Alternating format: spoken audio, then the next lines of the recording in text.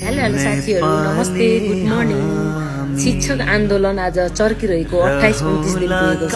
त्यस पश्चात मलाई केही बोल्न मन लागेर म सोसल मिडियामा आएको छु।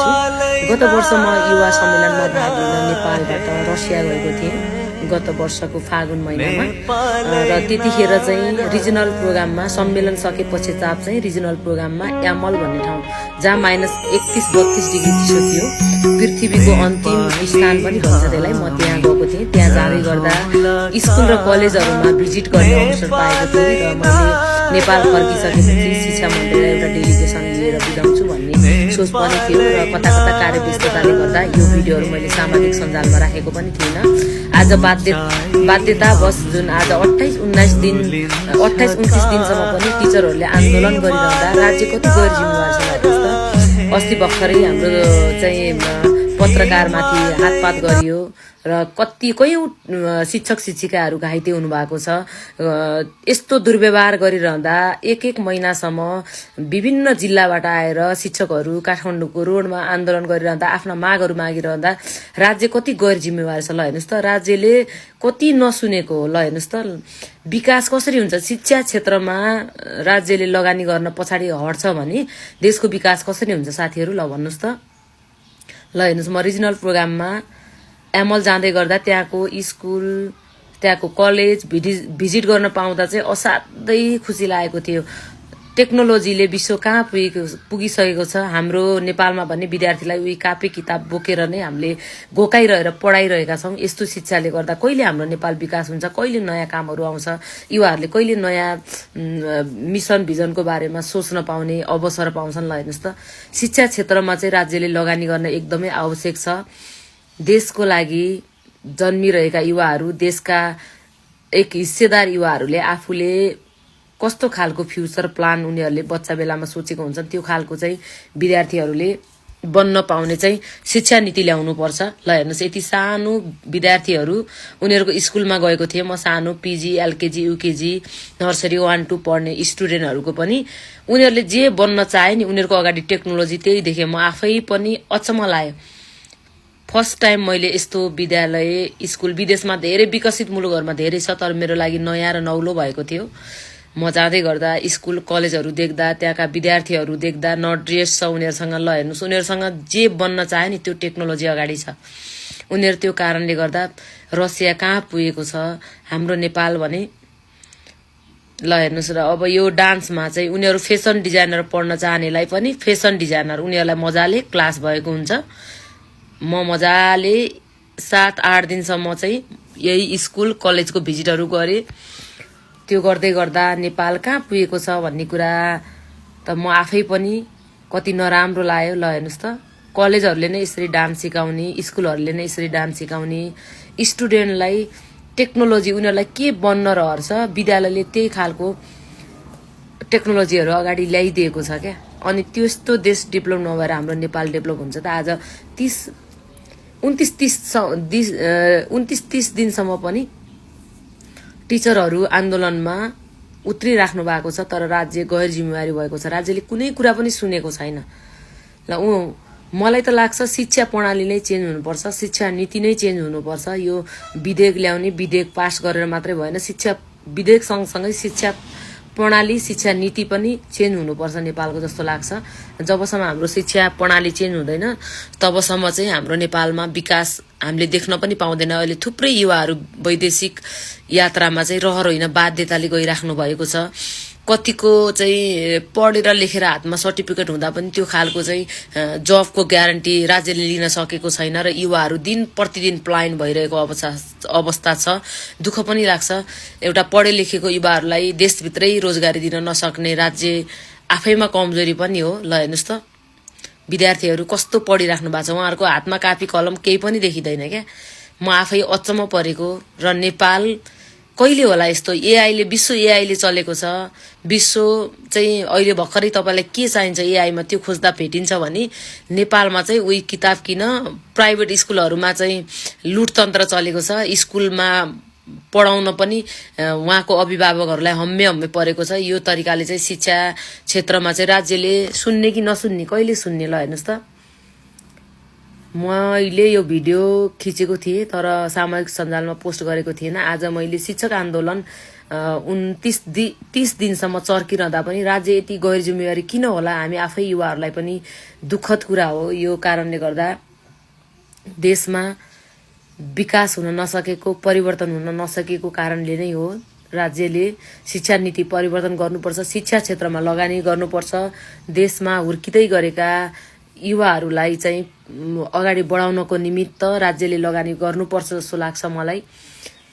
विश्व कहाँ पुगिसकेको छ, नेपाल भने उही किताब र कापी घोकाएर विद्यार्थीहरूलाई पढाइराखेको छ। पहिला आज 20 वर्ष 30 वर्षदेखिको टिचरहरूले स्कुलमा पढाइराख्नु भएको छ। दुर्गम जिल्लाहरूमा टेलिकमको चाहिँ सुविधा छैन, नेटवर्कको सुविधा छैन, वाइफाईको सुविधा छैन। त्यस्तो ठाउँमा गएर पनि टिचरहरू पढाइराख्नु भएको छ विद्यार्थीहरूलाई। र त्यस्तो ठाउँको एजुकेसनमा चाहिँ परिवर्तन ल्याउनुपर्छ, राज्यले लगानी गर्नुपर्छ। रोजगारी युक्त युवाहरूलाई चाहिँ देशमै चाहिँ रोजगारी दिएर रोजगारी युक्त युवाहरू चाहिँ बनाउनु पर्छ राज्यले। ल हेर्नुहोस् त यो पेन्डिङ, म कस्तो अचम्म लागेको त्यो रसियाको एमल भन्ने ठाउँ जहाँ कि -32 डिग्री चिसो थियो र हाम्रो हुम्ला रोल्पा जस्तो ठाउँ थियो र त्यस्तो ठाउँमा पनि कस्तो विकास भइराखेको छ। ल हेर्नुहोस् त हिउँको माथि पनि ट्रेन हिँडिरहेको छ, गाडी हिँडिरहेको छ, विकास त्यस्तो भइरहेको छ है।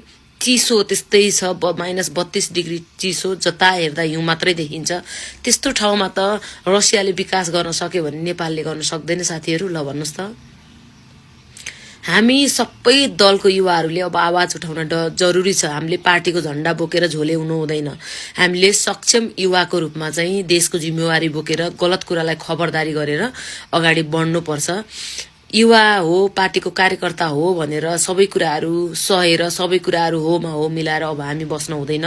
म पनि एउटा युवा संघमा नेतृत्व गरेको थुप्रै वर्ष भयो। म पनि पोलिटिक्स क्षेत्रमा आबद्ध छु, राजनीति गरिरहेको छु, तर पनि गलत कुराको खबरदारी हामीले गर्नै पर्छ। हामी युवा हौं, देश बचाउने जिम्मा, देश चलाउने जिम्मा चाहिँ युवालाई हो। त्यो भएको भएर युवाहरूले सोच्न एकदमै जरुरी छ। तपाईहरुले गलत कुरालाई चिर्नुस्, गलत कुरालाई खबरदारी गर्नुस्। आफ्नो दलभित्र कुनै पनि नेताले गलत कदम चाल्छ भने त्यसको चाहिँ खबरदार गर्नुस्, त्यसको चाहिँ खुलेर विरोध गर्नुस् र सही बाटोमा हिँड्न चाहिँ नेताहरूलाई चाहिँ उत्प्रेरणा दिने खालको कामहरू चाहिँ तपाईहरुले युवाहरूले औला उठाउन, युवाहरूले खबरदारी गर्न चाहिँ जरुरी छ। ल हेर्नुस् त यो स्कुल, यो कलेज, मैले एकजना विद्यार्थीको हातमा पनि कपी र पेन देखिन त्यो दिनमा। म 6-7 दिन चाहिँ कलेज र स्कुल भिजिट गरेको थिएँ। ल हेर्नुस् त यसरी पढिराखेका छन् विश्वका युवाहरू, विश्वका विद्यार्थीहरू भने नेपालले चाहिँ सरकारी क्षेत्रका कुनै पनि मागहरू सम्बोधन नगरेर प्राइभेट क्षेत्रलाई चाहिँ प्राथमिकता दिएर अहिले प्राइभेट स्कुलहरूमा हामीले हाम्रा छोराछोरीहरू पढाउन लेखाउन सकिरहेका छैनौं, फी तिर्न सकिरहेका छैनौं र चर्को फी भएको कारणले गर्दा कतिपय विद्यार्थीहरूको सपना चाहिँ चकनाचुर भएको अवस्था पनि छ। त्यो भएर राज्यले चाहिँ शिक्षा क्षेत्रमा लगानी गर्नुपर्छ, शिक्षकहरूका मागहरूलाई सम्बोधन गर्नुपर्छ, शिक्षा ऐन सँगसँगै शिक्षा प्रणाली र शिक्षा नीति पनि चेन्ज गर्नुपर्छ भन्न चाहन्छु। र आवश्यक परे युवाहरू पनि हामी एकीबद्ध भएर आन्दोलनमा उत्रिनेछौं, शिक्षकहरूलाई सहयोग गर्नेछौं। आज शिक्षा क्षेत्र कमजोर भएको कारण हाम्रो देश चाहिँ पछाडि परेको छ। यो कुरा चाहिँ राज्यले कहिले सुन्दिने र युवाहरूले, विद्यार्थीहरूले कहिले यो कुरा उपभोग गर्ने। ल हेर्नुस् त विद्यार्थीहरू, स्कुल हेर्नुस्। अब यस्तो नेपाल कहिले बन्न सक्छ त? नेपाल नबन्ने हो त? सम्भव त छैन, असम्भव छैन नि। तर आज राज्यका नेताहरूले, राज्य चलाउने चाहिँ दलका नेताहरूले चाहिँ देशलाई दलाली बनाएको कारणले गर्दा आज हाम्रो नेपाल एकदमै पछाडि परेको अवस्था छ। पार्टीको कार्यकर्ता हुँदैमा गलत कुरालाई सही भन्न कहिले पनि सकिदैन। म पनि गलत कुरालाई सही कहिले पनि भन्दिन। गलत कुरालाई खुलेर खबरदार गर्नुस्, सत्यको पक्षमा हिँड्नुस्, सहीको पक्षमा हिँड्नुस् र सत्य कुरालाई चाहिँ साथ दिनुस् भन्न चाहन्छु। आज ल हेर्नुस् त यस्तो राम्रो छ स्कुल, विद्यालय। हाम्रो नेपाल बन्न सक्छ, नबन्ने होइन, बनाउने तपाईँ हामीले नै हो, युवाहरूले नै हो। त्यो भएर आज एयरपोर्टमा जाम, विदेश जाने युवाहरूले भुइँमा खुट्टा टेक्ने ठाउँ छैन। दिन प्रतिदिन युवाहरू पलायन रखेका छन्। उनीहरूले पढे अनुसार उनीहरूको डकुमेन्ट अनुसार चाहिँ देशमा रोजगारी छैन। त्यो भएको भएर उहाँहरू बाध्यता हुनुहुन्छ बाहिर जानलाई। त्यो सबै कुराहरू रोकेर शिक्षा क्षेत्रमा राज्यले सुधार ल्याउनुपर्छ। शिक्षा प्रणाली चेन्ज गर्नुपर्छ। शिक्षकहरूका मागलाई चाहिँ सम्बोधन गर्नुपर्छ। शिक्षा ऐन चाहिँ पास गर्नुपर्छ। आज एउटा सरकार एमालेको सरकार आयो, शिक्षा ऐनलाई चाहिँ प्रस्तावमा ल्याउने, बाइपास गर्ने। माओवादीको सरकार आयो त्यस्तै गर्ने, कांग्रेसको सरकार आयो त्यस्तै गर्ने। यो कुरा हुँदैन। शिक्षा क्षेत्रलाई जसरी पनि अगाडि बढाउन र सुधार गर्न जरुरी छ। यही भिडियो मार्फत म सम्पूर्ण युवाहरूलाई आह्वान गर्न चाहन्छु। यदि परेको खण्डमा हामी पनि आन्दोलनमा उत्रिन र शिक्षकहरूलाई सहयोग गर्न तयार हुनेछौँ। हामी युवा संघ नेपालको तर्फबाट, एकीकृत समाजवादी पार्टीको र सम्पूर्ण युवाहरूले एकीबद्धता जनाएर यो आन्दोलनलाई मात्रै विकल्प खोज्ने होइन। आज शिक्षकहरू आन्दोलनमा, स्वास्थ्य कर्मीहरू आन्दोलनमा, अनि कर्मचारीहरू आन्दोलनमा, सहकारी पीडितहरू आन्दोलनमा। आज आन्दोलन मात्रै विकल्प खोज्ने हो त राज्यले? आज आन्दोलन गरेर मात्रै विकल्प दिने हो त राज्यले? यो कुराको खबरदारी गर्न जरुरी छ। आज त्यो आन्दोलनले गर्दा कति कुरालाई चाहिँ नोक्सान पुगेको छ, यो कुरा राज्यले हेर्न जरुरी छ। त्यो भएको भएर यो भिडियो हेरिरहनु नि सम्पूर्णले चाहिँ आफ्नो आफ्नो ठाउँबाट आवाज उठाएर सहयोग गरिदिनु न हार्दिक अनुरोध गर्दछु। थ्याङ्क यू सो मच साथीहरू। Have a nice day. यो चाहिँ रसियाको एमल भन्ने ठाउँ ल, हेर्नुहोस् त कति धेरै हिउँ छ। हामीलाई स्वागत सम्मान गर्नुभएको छ। Thank you so much. Have a good day. आजको दिन यहाँको एकदम धेरै शुभ रहोस् र शिक्षक ऐन ल्याउनु पर्छ भनेर सपोर्ट गर्नुहोस् है। Thank you.